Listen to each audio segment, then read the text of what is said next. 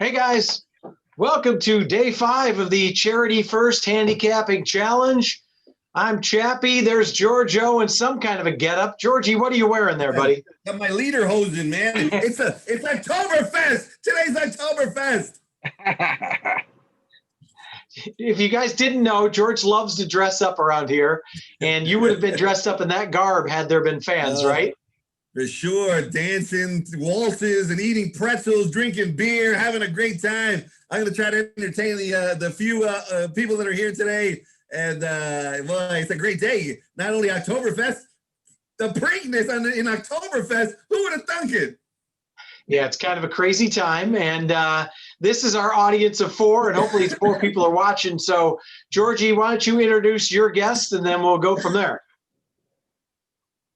I am so excited about this guest because I've been following him. He's the founder of a site called Live and Breathe Horse Racing. It's a group on Facebook, which I highly recommend. Like really, sometimes we get guests who say, this guy's really good. This site is superb. I love this site. It's a great forum. He started it in 2018, and he's got like almost 4,000 members that give, active members too.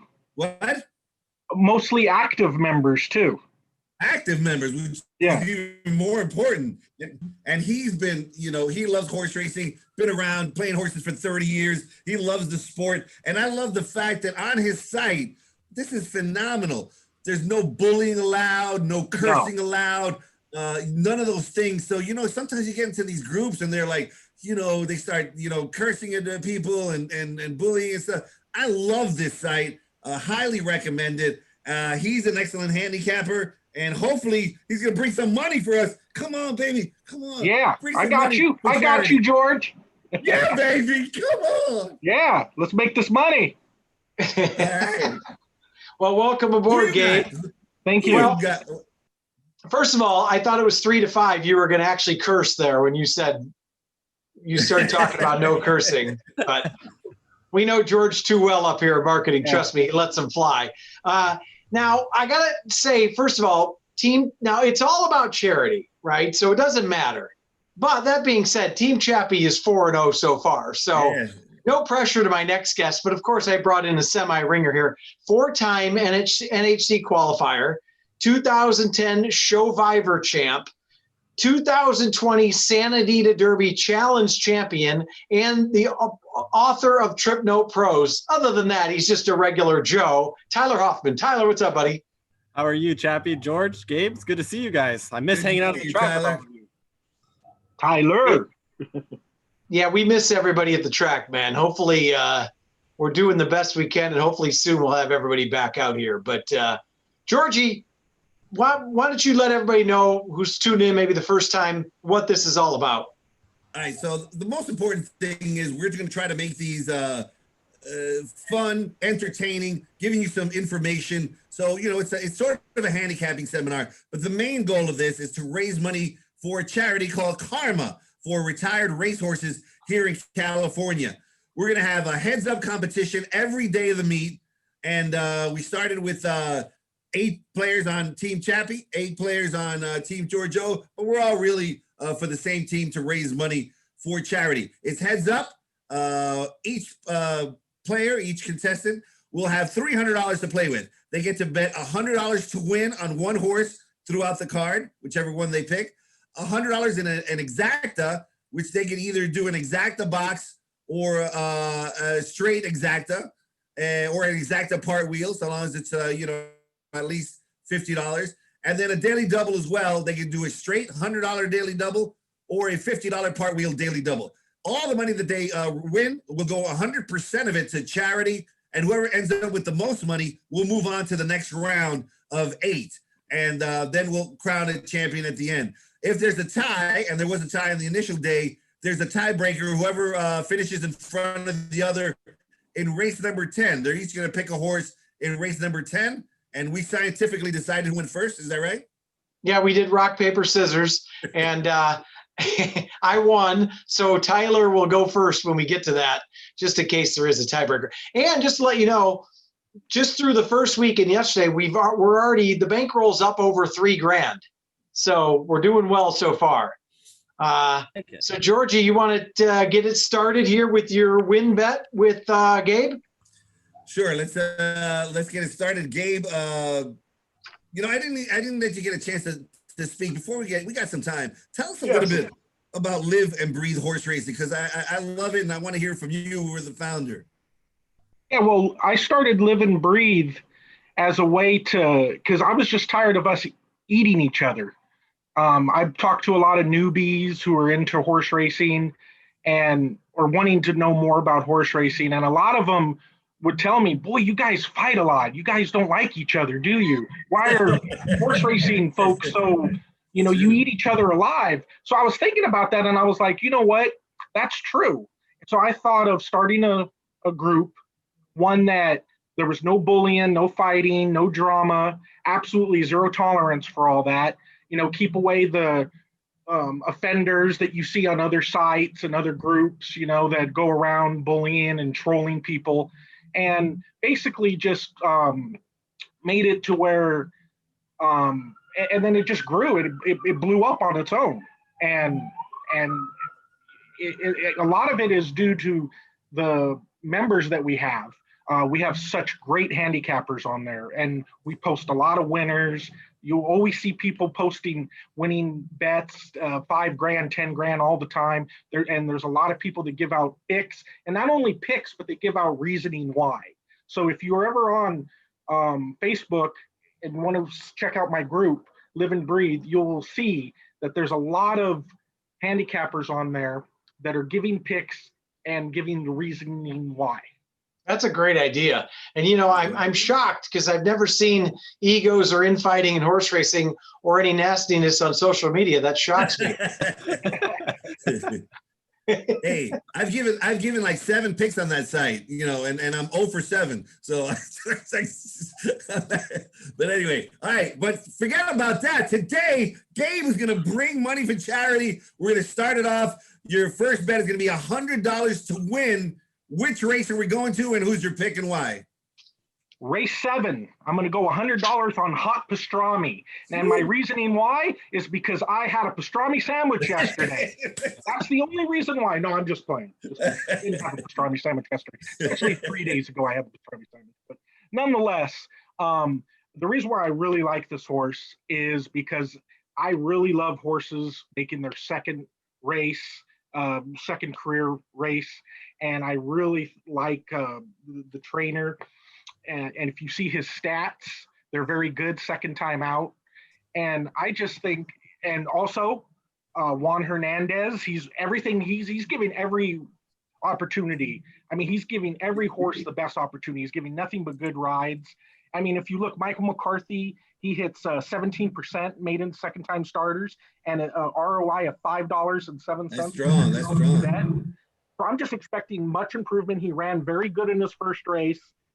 He was 2-3 wide. He got up for third. He fought too. I like a horse to fight a little bit too, to show that they got some fighting ability in them. So that's another reason why I like the number 1 Hot Pastrami, race 7, Santa Anita. All right, come on, let's get that money, Hot Pastrami. Get that money, baby. And he ran third behind a good horse, that Superman Shack for Peter Miller. And actually the second place finisher ran second yesterday from the rail. But like you said, Michael McCarthy definitely tends to give him one first time out. So, all right, Tyler, no pressure. I'm 4-0. So if you lose, you're out forever and I'll never talk to you again. What about your win bet, buddy? How do I get that same deal with our buddy Tyler Frustato? We're gonna go to Santa Anita race number 2. It's a claiming 16,000 for fillies and mares, 3-year-olds and upward. And we're gonna look at the rail runners 31, number 1. So the reason why I like this one is obviously doing the trip notes for Santa Anita. The comment in the PPs say knocked into rival at the break. What actually happened was a rival knocked into her at the break, and the collision was so violent that it almost knocked both jockeys off their horses. The apprentice actually made a nice job gathering her up and then, easing her back into the race, made up steady ground, got stuck behind a lineup of 4 across. And what I mean by that is there were 4 horses across the track in mid-pack, where 31 ran right up into the heels and had nowhere to go with it. At that point, the apprentice just wrapped up on her to save her for next time. Today, she goes back to a track that she loves in Santa Anita, a distance that she loves, and catches what looks to be a pretty paceless field on paper. So I'm expecting Sturdy One to pop the gate and hopefully go wire to wire for us at 6-1 on the morning line. So my $100 win bet will be Santa Anita Race 2, the number 1 horse, Sturdy One. I like it. Sturdy One, and like you said, third off the leg, and 7 wins out of 12 starts at Santa Anita. And real quick, Tyler, why don't you mention it a little bit? Tell everybody about Trip Note Pros and what you guys do, and then what you're doing for the Golden Hour Pick 4 right now, too. Yeah, so obviously your guest yesterday, Benny Southstreet's my partner at tripnotepros.com. And what we do is we do trip notes for the last race for every horse. Right now we're doing it at Santa Anita as well as Belmont Park. We're also doing Keeneland on Saturdays. And today, as a bonus to all of our members, we also did the entire Pimlico card for the Preakness Day. So what we're doing is we're focusing on 2 specific aspects: horse comfort and jockey intent. Jockey intent meaning we're looking to see, was there a great ride? Was there a poor ride? Was there a hesitant ride? Things of that nature, picking up on the body language of the jockey, because you can learn a lot about, the way a horse ran by the way the jockey moves, the way he moves his hands, the way he's sitting high up on the saddle. Horse comfort, we're talking about how comfortable was the horse? Was he or she racing with her ears pinned and not happy, resenting perhaps the kickback on the inside?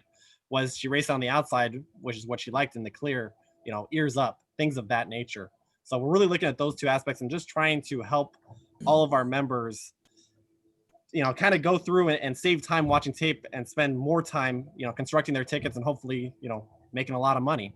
In terms of the Golden Hour Pick 4 and Golden Hour Double, it's a new partnership between Trip Note Pros and Santa Anita and the Strange Group, and we're offering Trip Note analysis for all 4 of those races, so the last 2 races at Golden Gate as well as the last 2 races at Santa Anita, and it's completely 100% free. Just subscribe to our website and you'll get an email every morning that has the Golden Hour Trip Note information, and it's also available on the Santa Anita website. So you got 2 different avenues to go to. And it is incredible. I'm telling you, just check it out once and you will want to use it every time as your handicapping tool. Those guys, I don't know if you slept yet, because they don't sleep. They do a lot of work. I haven't slept since Benny called me with the idea and says, "You want to come aboard with me?" And I said, "Yeah, let's go do it. Let's go after it." So it's been a fun ride so far, and hopefully we'll continue to be so in the coming months. I love it. Georgie, tell everybody a little bit more about the Golden Hour Pick 4.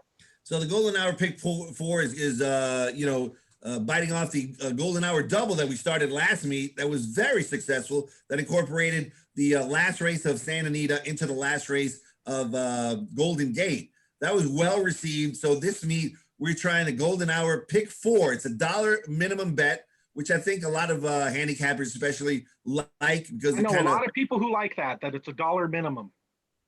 Yeah, and it lends to nicer payoffs, and you really got a handicap. You can't just go all, right? So that takes me out. No.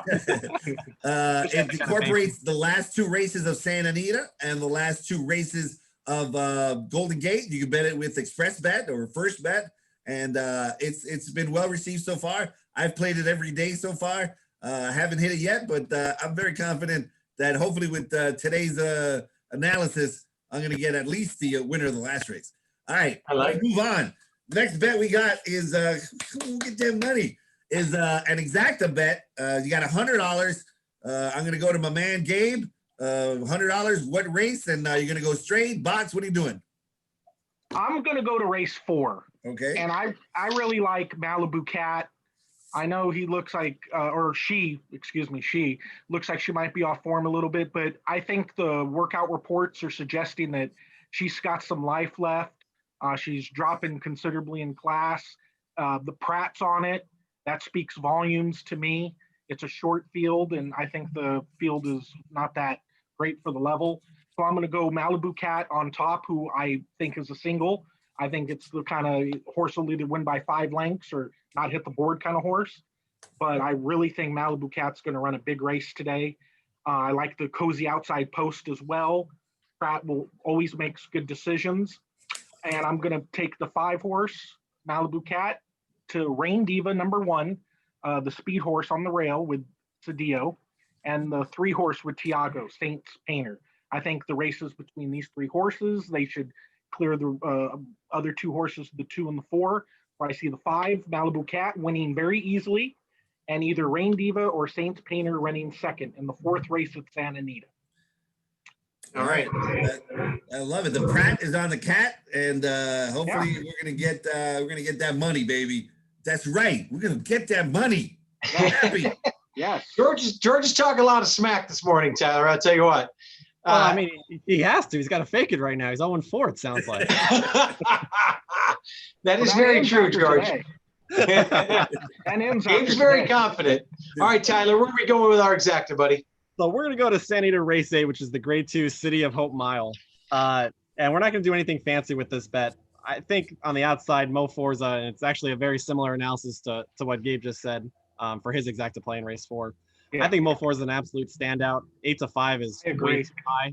Mo Forza will probably go off 3-5, I would think. His comeback effort in the Del Mar Mile was absolutely sensational. Was loaded behind horses, split the two-seam or two-path at the top of the lane and just exploded and was in hand the minute he got to the front. I see the same thing kind of developing today. Figure he probably wins this race for fun. Is this a win and you're in race, by the way, for the Breeders' Cup Mile? Anybody know? I do not know. That's a good question. I kind of feel, I mean, obviously it's got to be his prep for the Breeders' Cup Mile. I assume that's where they're going. But regardless, he's going to win today, and Miller will put him in the Breeders' Cup Mile. He's winning it anyways. Right. So that'll be my key on top, and I'll play $50 exactas one way. Mo Forza on top of number 1 Sharp Samurai, who has it's a really, really good effort out of the Pacific Classic, and number 6 Blitzkrieg. Actually hoping it comes in with Mo Forza on top of Blitzkrieg, because number 1, it'll pay a little bit more, but there's not a lot of pace in this race, and I think Blitzkrieg has an opportunity to clear off in here. Obviously, we'll try to do something like he did in the Grade 3 American at the end of that Santa Anita spring-summer meet, but there was no Mo Forza running behind Blitzkrieg that day. It's going to be a different ending at the wire, I imagine. So we'll do $50 exacta one way, Santa Anita Race 8, Mo Forza on top of number 1 Sharp Samurai and number 6 Blitzkrieg.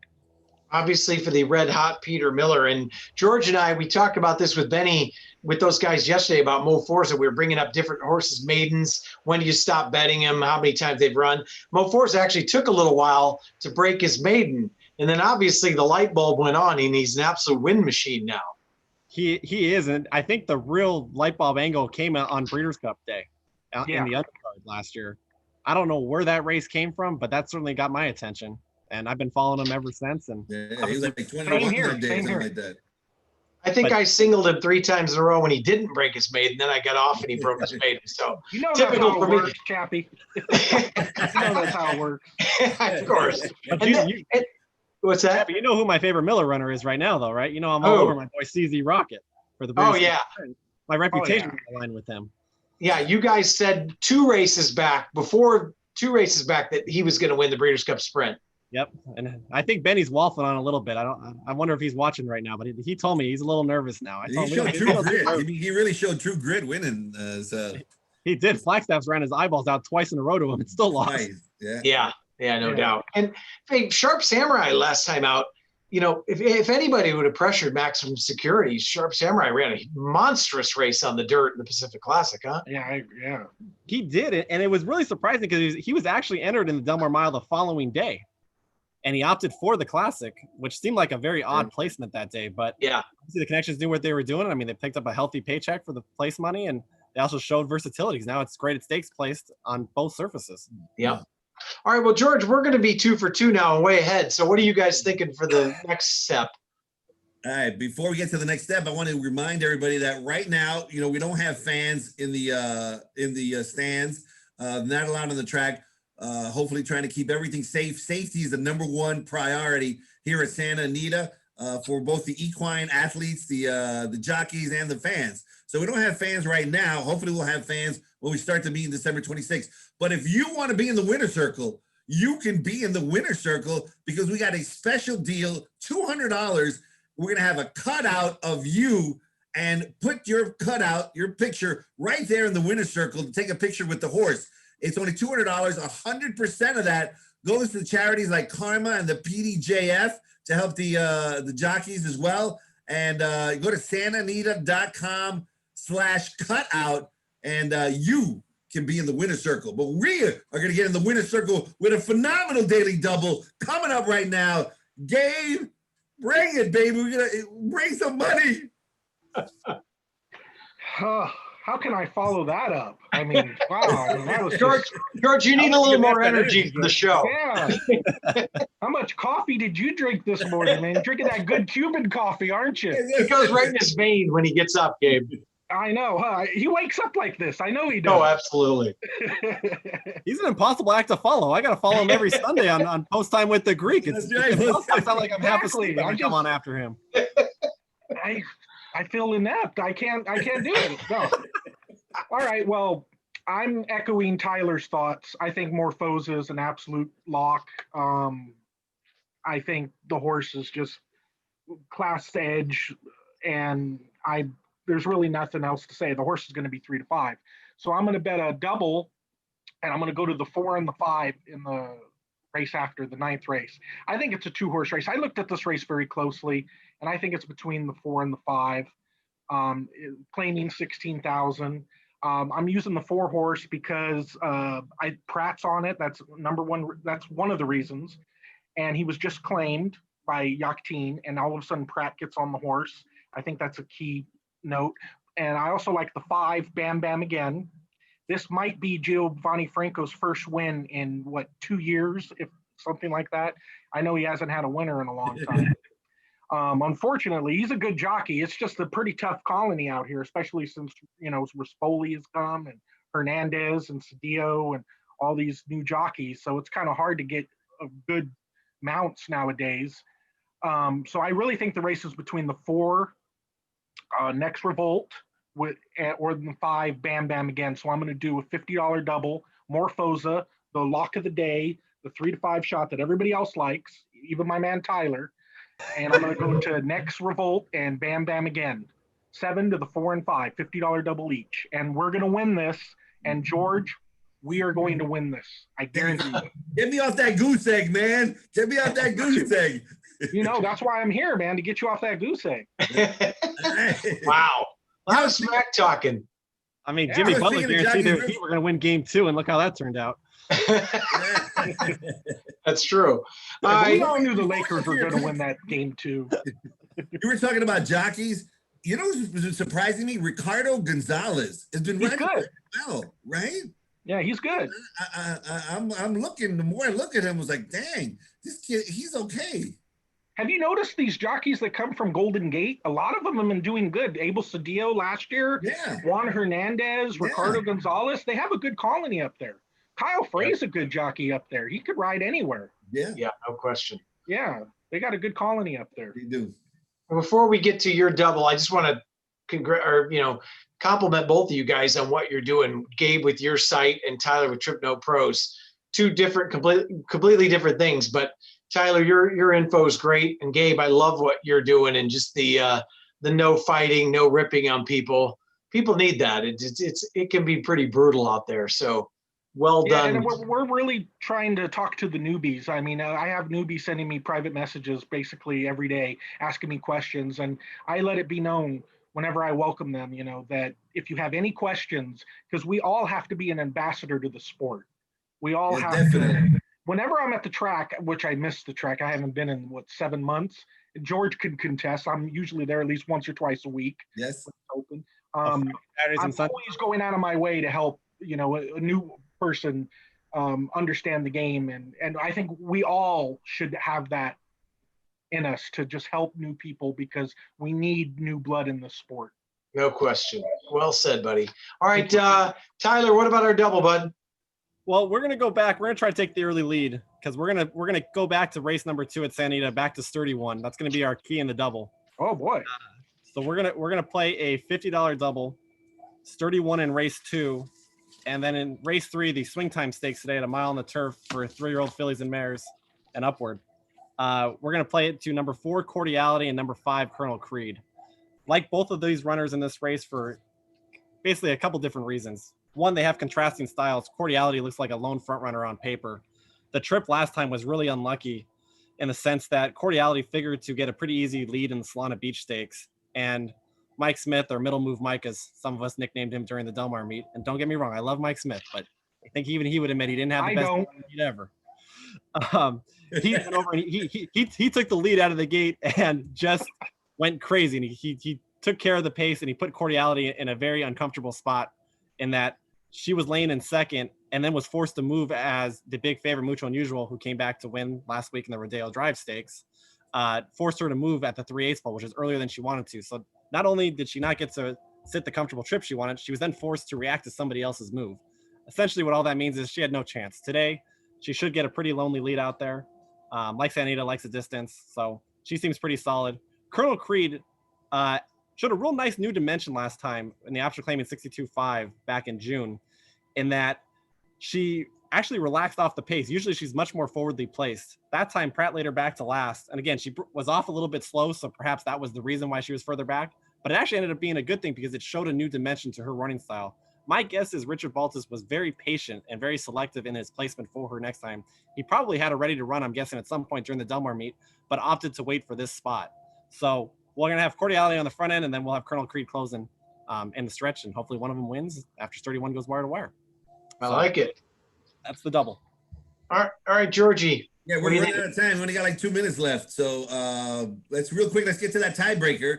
Go to race number 10. We only got 2 minutes left on the show. We'll start. I guess, Tyler, you guys won the rock, paper, scissors. So this is just in case there's a tie, whichever horse beats the other horse, whether it comes in first or ninth, or it doesn't matter. So 10th, you get the first pick. Who are you going with, Tyler? Easy. I'm going to go with number 5, Judy with Grace. Big trip note horse. 12-1 on the morning line. Price doesn't scare me in a head-to-head matchup. I'm taking the value. I like it. 12-1, baby. All right. What about you, Gabe? I'm going to go with Miss Pinky Blinder, number 9. Neil Drysdale, Flavian Pratt. Made a middle move last time. I think Pratt will give a little bit better ride this time. And Pratt on the grass, we all know how that works out. So I think the 9 is a good one to at least hit the board, if not win. So, by the way, I don't think we're going to ever get to this tiebreaker, but just in case we had to do that, I think today we're going to make some dough. But Georgie, about a minute left. Drive us home, baby. I want to thank you guys. I'm really rooting for both of you. There's no question in my mind. The most important thing is that we raise money for charity. So I hope you guys do very, very well, regardless of who wins. It's been a pleasure to have you both on. Both of you very entertaining. We'll see one of you guys in the next round, and hopefully we'll see you here soon in person. Yeah, thanks, guys, and we'll see everybody else tomorrow. Appreciate it. Good luck. Can't wait. Thank you so much, Chappie and Joe. Thanks. Thank you. Thank you, Bye. guys. Bye, Gabe.